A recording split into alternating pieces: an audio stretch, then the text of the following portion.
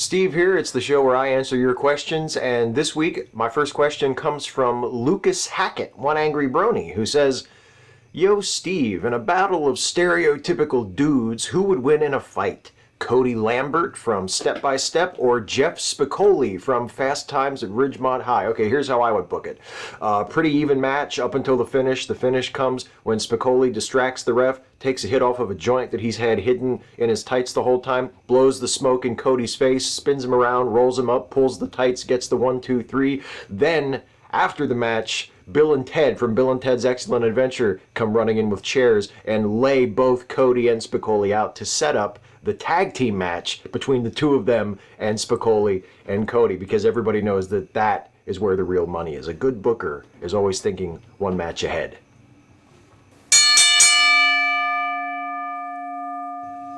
Okay, so anyway, the next question is from Conference Report, who says, "I understand completely your reasons for not getting into meaningless debates with folk on YouTube, particularly if they are not really being offered in good faith. However, do you see any value in the formal academic debates which take place in, for example, university debating societies? I know such events can be little more than trivial games of erudition and rhetorical fireworks, and that many folk find the idea of devil's advocacy problematic, which I agree it can be. But what do you think? Can you imagine yourself participating in such a debate?" This isn't an offer, by the way. I cannot imagine myself participating in such a debate because actually I think I'm pretty bad at the devil's advocate part of it. But that is sort of the part that I think has the most value. In a way, I wish I were better at that than I am. The idea that you are not necessarily arguing for a position that you sincerely hold means that you have to understand both sides of the argument, whether you are on one side or the other or not. You have to be able to represent a position that you yourself don't necessarily hold, which means that you have to understand that position. And I think that's really important. I think understanding the position of your ideological or rhetorical opponent is really important. And I make an effort to do that. But that doesn't mean that I would necessarily be good at representing the other position.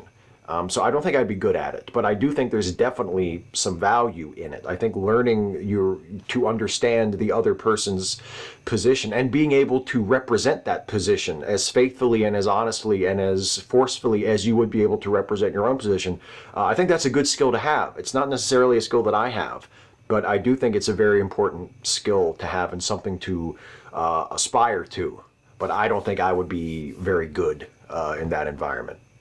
Ahoy Yerno, you mentioned Jessica Jones in your talk with Foxy Jezebel, and now I'm a big fan. In the third episode, Trish wakes up to oral sex, and I realized that this almost never happens in mainstream entertainment. It's almost as if female pleasure does not exist in Hollywood. Rape is all right, Game of Thrones, but women enjoying sex isn't? Is there an explanation? I think it must be the prudishness factor. For whatever reason, we associate women getting pleasure out of sex as being more risque than men getting pleasure out of sex. There's actually a really good documentary that came out a while ago now about the vagaries of the MPAA and their ratings of movies, and it's called "This Film Is Not Yet Rated." And one of the subjects discussed in that documentary is the fact that the ratings board is apparently much quicker to give an R rating or an NC-17 rating to a movie with sex scenes that focus on the woman and depicting women as having a good time during sex. And like there's this sort of fear or prudishness or squeamishness about depicting like the female orgasm that makes it like, well, that's got to be NC-17. People aren't going to want to see that. So I think it must be that. It must be the squeamishness or the prudishness surrounding female sexual pleasure, because otherwise it doesn't make sense. I mean, if you believe, as I do, that a lot of mainstream depictions of women are sort of tailored to the male gaze and pitched at a presumably male audience, and that's why female characters are so often sexualized, even if they're not doing things in a sexual context. They're doing it because, well, this is what the guys will want to see. You would think that the opposite would be true, that we would be embracing, sex scenes with women shown as having a good time, but it's exactly the opposite. So I think it must be the squeamish factor. But as to why we feel that way or where that comes from, I don't know. Our hypocritical attitude toward sex and women, our demand that they must be sexually attractive, but they also must be sexually pure. The mind fuck that we give women, maybe dating back to our puritanical roots. I really don't know, but I definitely think it's a problem. Ted Hartrup. Do you think there has been a rise in anti-LGBT, particularly anti-trans hate in the internet community? It used to be that pretty much the only anti-LGBT comments I saw came from the religious, with a small minority from the non-religious. Now it seems to be I see anti-gay and anti-trans rhetoric everywhere from everybody. I think this is because of the rise of anti-feminism causing a regression of social progress online. It's no surprise to me that when we regress socially in one area, we regress in all social areas. What do you think? I think that is probably part of it. I agree with you. I'm not surprised when people who are anti-feminists also turn out to be shitty people in other areas of social consciousness or social progress. I've noticed a lot of overlap, for instance, in people who leave really nasty, hostile comments on videos of mine attacking me or insulting me for supporting feminism. You go and check out their YouTube page or their likes or their subscriptions or whatever, and it turns out, wow, they seem to like a lot of white supremacists too. That's obviously not everybody, but I have noticed that. I think if you made a Venn diagram of white supremacists and anti-feminists, you would see quite a bit of overlap between those two circles. So I think that's definitely part of it. But I also think a lot of it comes from the fact that trans folk are just a lot more visible than they were 10 years ago or 20 years ago. They are a lot more outspoken. They're a lot more fearless about standing up and identifying themselves and saying, hey, we're here and we want to be treated fairly and we want our rights and we want the same protections that other groups have, and we're a part of this society and we're not going anywhere. We are who we are and we want to be able to be who we are without being hassled. I think that raising of their visibility and that raising of the volume of their voices and making their voices heard a lot more and getting more attention is part of it as well. More people are noticing, oh, I didn't even realize, because some people seem to behave as though they think that trans folks just sort of appeared about 10 years ago. And before that, they never even existed, and therefore they weren't a problem. And now, by the perceptions of many people, they are a problem, or at least they're wanting to be treated like human beings is a problem. So I think that's a part of it too. Trans folks, LGBT folks in general, as you say, but trans folks in particular in recent years have just become a lot more visible, a lot more well-known. Their issues are starting to get a lot more attention and a lot more airtime, and that provokes the haters and the bigots to sort of attack them more often because they're a more high-profile target than they have been in the past. Kaboom's Platyuk 2. Dear Steve, I am a left-wing Canadian man with a disability. I think that using my YouTube account to post videos as opposed to just watching the work of others would be an interesting exercise. However, I'm worried that there will be a huge amount of backlash the minute I say something interesting, or perhaps before, given that generally speaking there is a ton of ableism in society. Do you have any advice on how to not be Sarkeesianed? I can't afford to be mobbed, stalked, or swatted. Unfortunately, I can't give you any advice that would enable you to avoid being targeted by those behaviors, other than don't make YouTube videos or don't speak out on the internet. And I don't want to discourage you, because if you have something to say and you want to say something, I think you should say something. But unfortunately, I can't tell you how to avoid being a target of abuse online, because if I knew how to avoid it, I would be avoiding it myself, because I am occasionally a target of that kind of abuse, and it's no fun. The best you can do for now, until social networks take a more active role in discouraging and punishing this kind of behavior, is to protect yourself. If you plan on making videos and not using your real name or not putting your face on camera, then take measures to ensure that it will be very, very difficult for people to discover who you really are, what your real name is, what you really look like, personal details like what your address is. I mean, take steps to make sure that that information is protected, that it will be difficult to connect that to your online persona. And you can do some research on your own to find out what the best ways of doing that are. Moderate your comments. Use the block button liberally. Do not feel bad about blocking abusive people. Do not feel bad about blocking people who come into your comments or your Twitter page or wherever your social media happens to be to start shit with you or to waste your time, to pull you into pointless arguments that are being started in bad faith. Protect yourself, manage your time, make sure that not just that your YouTube videos themselves don't take up too much of your time, but that managing your channel and managing the hate that you get, if you are unfortunate enough to get hate and harassment for what you do, that it doesn't eat up your life. Manage your time so that it doesn't overwhelm you. And that's really the best I can tell you. Don't let it stop you.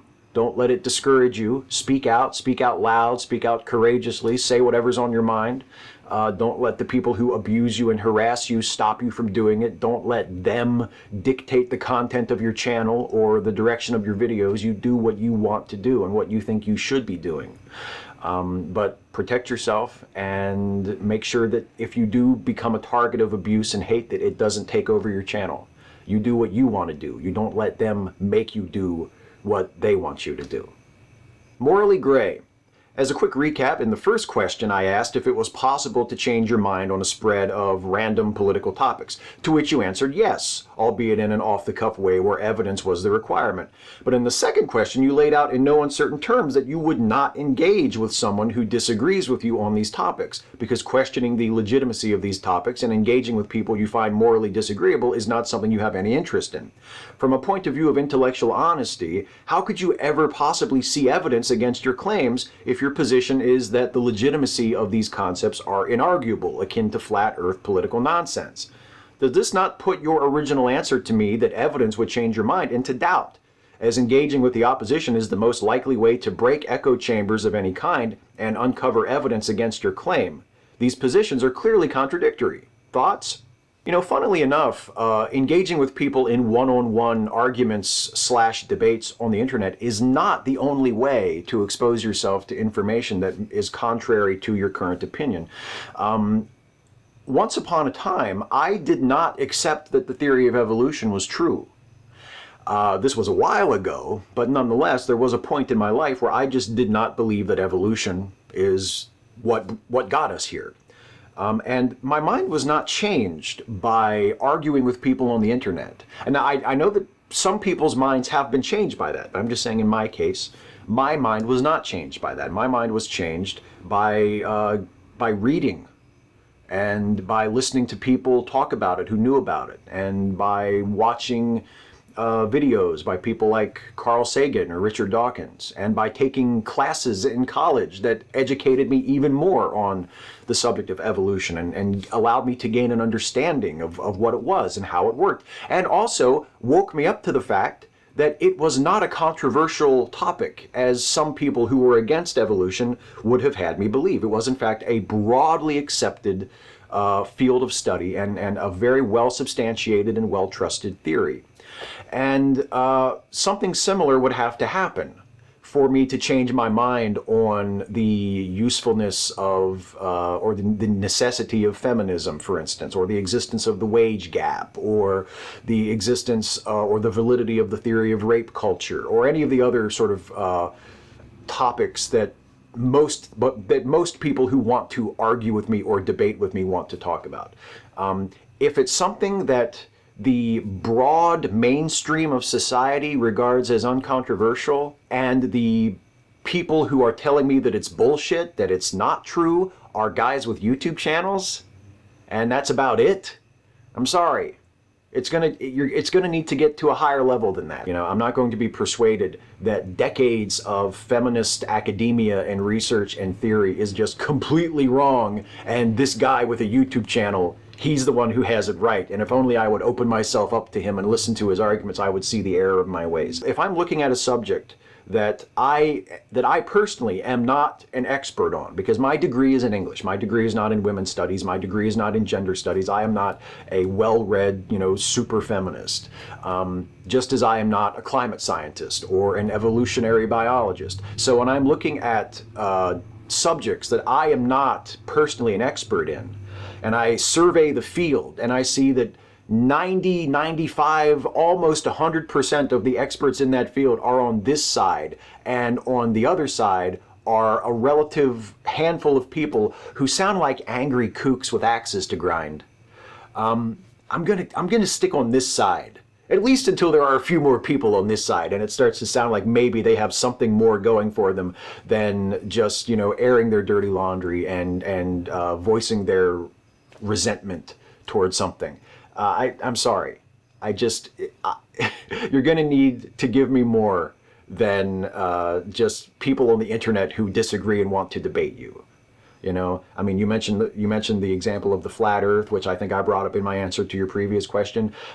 If the theory of the flat Earth had some scientific representation beyond just some kooks with YouTube channels or websites, maybe it would get more respect.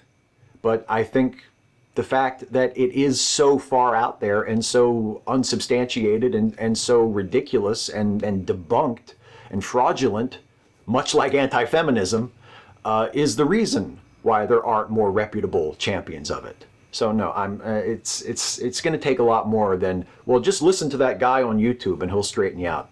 No, sorry. I think I'll just wait. I'm good right here. Sabrina Lozides Meredith. Steve, I just finished watching your most recent Off Monday ramble on jokes, and I have a couple questions. While I agree that you should be sensitive to the audience when you're telling a joke, some of my favorite movies feature off-color humor. I'm fond of the film Blazing Saddles, which is full of stereotypes, but is considered by many to be a comedy classic. A lot of older films that I love feature misogynistic humor as well because they are a product of their times. Am I supposed to stop loving these films or laughing at them because the jokes aren't exactly PC? Or can they be appreciated as products of their time, still funny but not appropriate?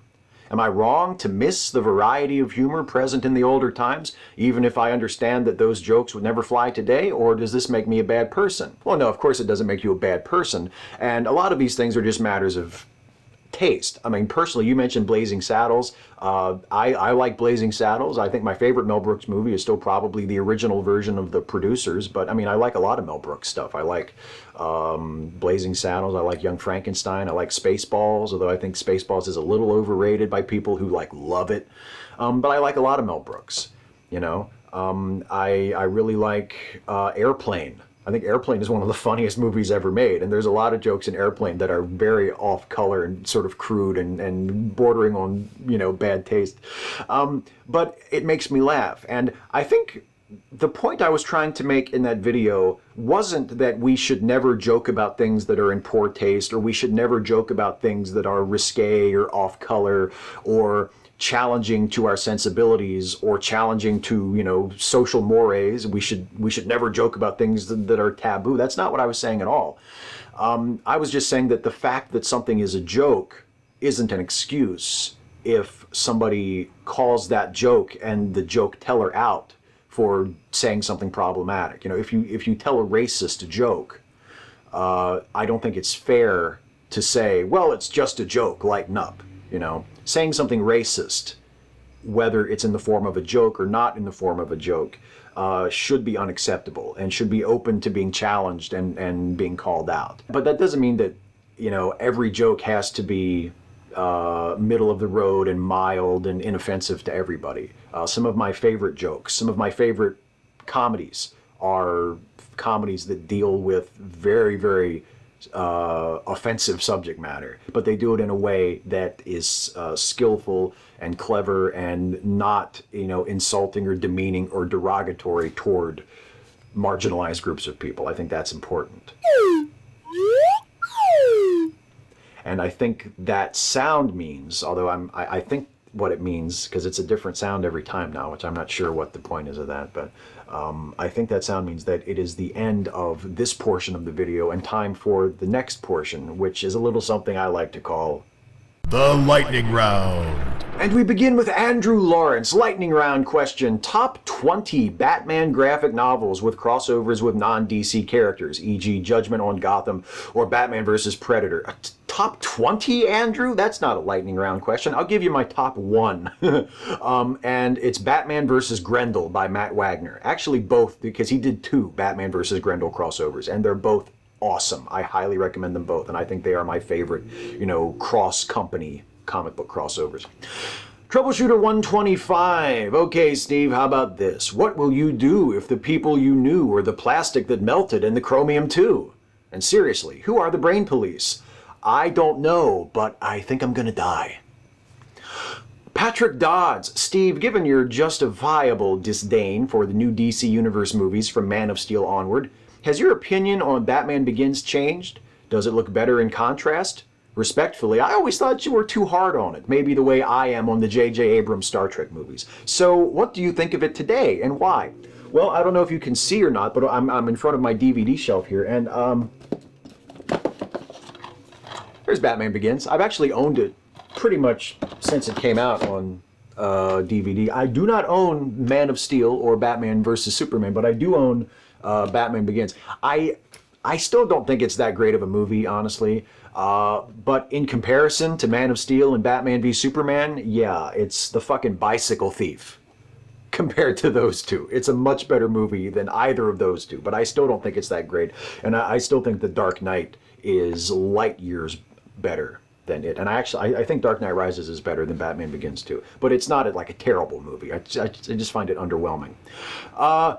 Nergrega, on a scale of 1 to ARG, how annoying was that motorbike? All motorbikes are an ARG on that scale, to me. If I look out the window, let me put it this way. If I hear the sound of a motorcycle like just roaring by and I look out the window and the motorcycle is not being driven by Aaron Ra, then I'm annoyed. Because in my mind, Aaron is like the only person who's allowed to drive a motorcycle. Jack Coyer, what is the one thing you can just never seem to do or never seem to understand that you deeply wish you could? I wish I could draw, play the guitar, and have a greater understanding of science. Well, I mean, as a comic book fan, I'd love to be able to draw. It'd be awesome to be able to write and draw my own comics. Play a musical instrument. I've never been able to catch on to play a musical instrument. I'd love to be better with foreign languages. I've taken 2 foreign, I've actually taken 3 foreign languages. I took Latin in high school and I took Spanish and German in college, and I have very little recall of any of them. I'm terrible with foreign languages, so that would be nice to be better at. Joshua Purvis, hi Steve. My question for you is, if you were in charge of Raw or SmackDown, what kind of matches would you make? Thanks. I watch your videos all the time. They're awesome. Thanks. Well, thank you, Joshua. I really appreciate you watching, and I'm glad that you ask questions so often. If I were in charge of Raw or SmackDown, it would be a lot more enhancement matches, like jobber matches, squash matches. I would have maybe 2 matches between actual established superstars per show, just as sort of feature matches or main events, and the rest of the show would be devoted to enhancement talent matches, just to get people over and allow people to show off a little bit, and then angles and interviews and stuff to push storylines forward, to build to the pay-per-views. The pay-per-views are where the big money matches would take place, not on TV. Kevin Logan, you talk to everyone else. Why you no talk to Kev? Oh, Kev, we can talk sometime if you want. I'm sorry, I didn't mean to make you feel neglected.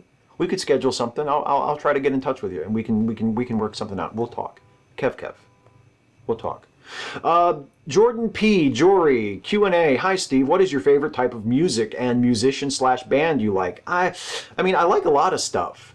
I like rock and roll, like fucking old school, like 50s, 60s, 70s rock and roll. I love Bruce Springsteen. I like the blues. I went through a somewhat heavy blues phase about 10 years ago, and I still really love the blues, like the Delta blues, like Robert Johnson or Skip James, or the Piedmont blues, which would be like Blind Willie McTell or Cephas and Wiggins, who I actually got to see live at the Western Maryland Blues Fest like 12 years ago.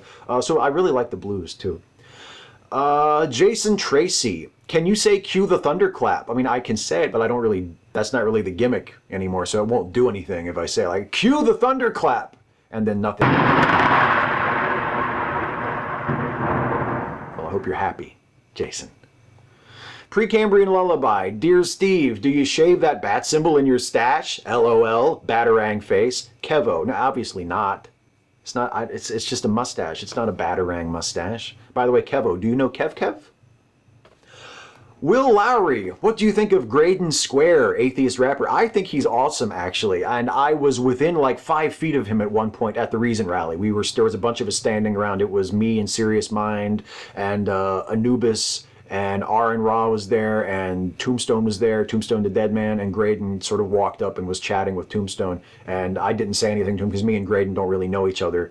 But he was there, and he was really cool, and I'm a fan of his. So yes, I'm a big fan of Graydon Square. John Rail, what the fuck is the black-haired man / woman? And why do some anonymous ass clowns think I'm him, her, it? As far as I know, the black-haired man was a character on the X-Files. Maybe they're thinking of another black-haired man or woman, but that's the one that came to my mind when I read your question. And I don't know, why do some people think that you're the black-haired man? Have you taken a shot at Agent Mulder lately? Have you been seen associating with sinister-looking cigarette-smoking men? Because maybe that has something to do with it. Otherwise, you got me. Hey, that was the last question. It's time now for the shout-out of the week. And the shout out this week goes to the blog Across Rivers Wide, which is written by Galen Broaddus, who is just an awesome, progressive, socially conscious atheist blogger. He writes about all kinds of stuff that would be of interest to you if you're an atheist like me and you also care about social issues and social justice and that sort of thing. He's a really cool guy and writes a great blog on Across Rivers Wide. And also, recently wrote an article that was actually inspired by my You Had to Ask video last week, when someone asked me the question about, how can we reach out to the so-called asshole atheists, the atheists who are incredibly hostile to social justice type activism. And Galen took that as sort of a prompt to write a really awesome article. Not necessarily a very encouraging article in terms of the state of atheism that it paints, but a really great article nonetheless. So Galen, I thank you for using my video as a starting point, a jumping off point for an awesome article, and it's just great work all around. So if you haven't read Across Rivers Wide on Pathos, I highly recommend that you go check out that blog by the terrific Galen Broaddus. That's the shout out this week. I also want to tell you, as I always do at this time every week, to check out the Lemme Listen podcasts, which are the productions of my very good friend, Jason Harding. I had to take a breath and swallow before I said his name because I wanted to give him his due. Jason is the mastermind of the Lemme Listen podcasts. There are 5 of them now. Can you believe that? There is Lemme Finish, the original that Jason co-hosts with Finite Atticus. There is American Monsters and How to Destroy Them, the hilarious improv comedy podcast that is now in its 2nd season that you should listen to. There is Cinema Shack, hosted by Mike and Alex, that is a great movie review podcast. There's the newest addition to the Lemme Listen podcast family, which is Cinetific, hosted by Professor Jason and Professor Aaron, where they look at the scientific validity of movies, of well-known films. It's a lot of fun. And then there's my personal favorite, because it's the one that I'm actually on, which is Late Seating, the movie review podcast that Jason co-hosts with me, and we look at classic films. We look at films that have reputations of either being great or terrible. We give them a fresh watch, a fresh review. We make fun of them while we summarize them, and we decide whether we think the movie deserves its reputation, whatever that reputation may be. And you can listen to the brand new episode of Late Seating, which is our review of the classic 1994 film Priscilla, Queen of the Desert. You can listen to that episode and all of the past episodes of Late Seating and all of the episodes of all of the awesome Lemme Listen podcasts by going to LemmeListenPodcast.com. And you know what? If you do, I don't think you'll be sorry. Maybe you will, but that just means you have bad taste in podcasts. I said it, and I'm not sorry.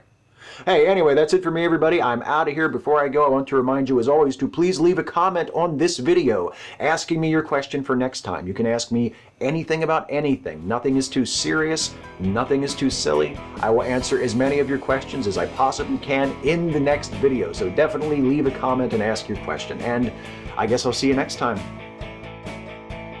Hey folks, one last thing before I go. I really hope you enjoyed this video. If you did, please like, share, and subscribe. And also, please consider helping me to make more videos like this one by supporting this channel through Patreon.